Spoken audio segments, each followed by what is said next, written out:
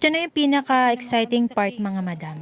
At ang pinaka-kinatakutan ko na tour namin. Ito pala mga madam yung deepest cave in the Philippines. At ang tawag dito sa lugar nito ay Sumaging.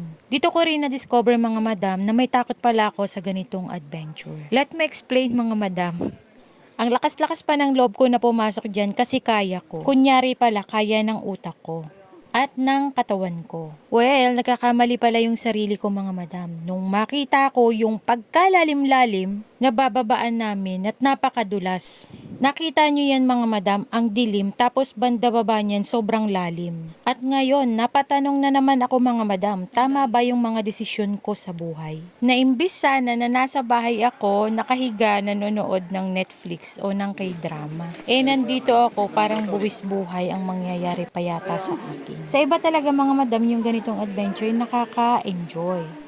Pero para sa akin pala mga madam ay hindi. Pero para sa safety ko at safety din ng grupo namin, bumalik ako sa taas.